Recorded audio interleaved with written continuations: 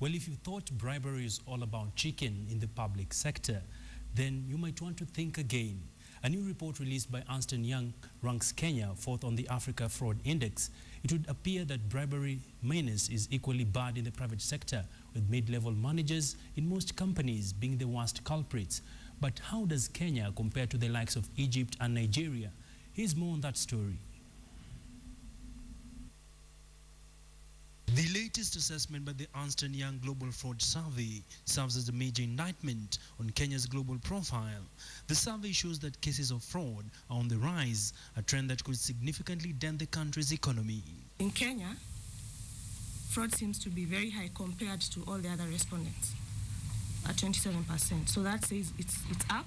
You can just be shouting on top there that we don't condone corruption, fraud, but if you're not seeing any action, then there's news of you telling us that the organization is anti-bribery and corruption free, but we can't see you taking any action. So what comes out of this is the tone at the top is very critical in addressing fraud risks. The report findings show that fraud and bribery are common in the private sector. According to the report, more than 1 in 10 managers surveyed reported their company as having experienced a significant fraud in the past 2 years. The private sector has been left to deal with its fraud issues. And what you find is that now it's the board of directors that really sets the tone. They're the ones who are very vigilant to ensure that management is putting in place the necessary checks and balances.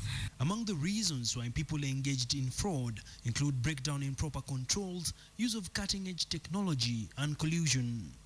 One of the startling outcomes of the report is that middle-level managers are heavily involved in aiding fraud. Middle-level management, and it's men of a certain age. One of the startling outcomes of the report is that middle-level managers are heavily involved in aiding fraud.